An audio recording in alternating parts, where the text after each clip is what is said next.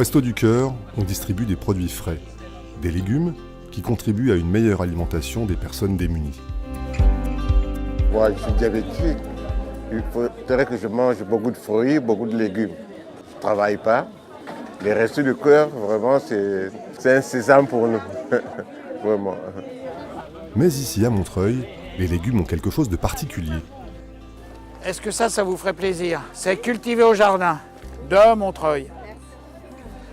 Haricots verts, une petite ratatouille, voilà. Des légumes sans engrais chimiques, produits naturellement à quelques rues de là, dans un jardin potager urbain, géré par les restos et financé par Stop Hunger.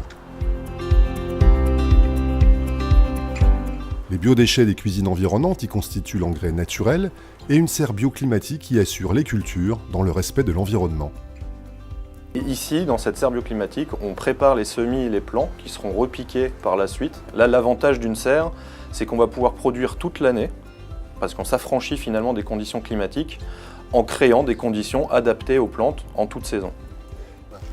Dans ce jardin solidaire, une dizaine de personnes, hier en situation de précarité, ont été formées à la culture maraîchère pour soigner et récolter les légumes quotidiennement.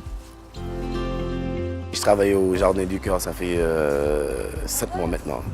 Tous les jours, je suis au maraîchage et voilà, je plante des tomates, des laitues et pour les Restos du Cœur afin qu'on puisse distribuer tout cela au centre de distribution. C'est valorisant, c'est encourageant aussi pour le matin de savoir que le fruit de notre travail, il permet à certaines personnes en difficulté, comme nous-mêmes quelque part, à pouvoir aider des personnes en difficulté.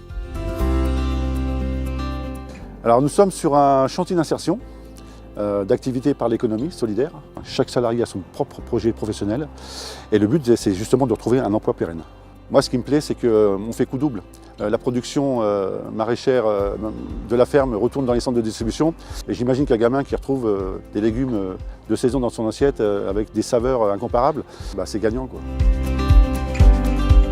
En un an, le jardin urbain de Montreuil et ses salariés en insertion ont produit près de 3 tonnes de légumes. Une belle récolte pour les Restos du Cœur et un modèle vertueux à la fois social et environnemental. Les perspectives de cette expérience, c'est de pouvoir démultiplier cela et puis de pouvoir vraiment promouvoir aussi cette idée du jardin urbain, de l'agriculture urbaine à disposition des plus défavorisés.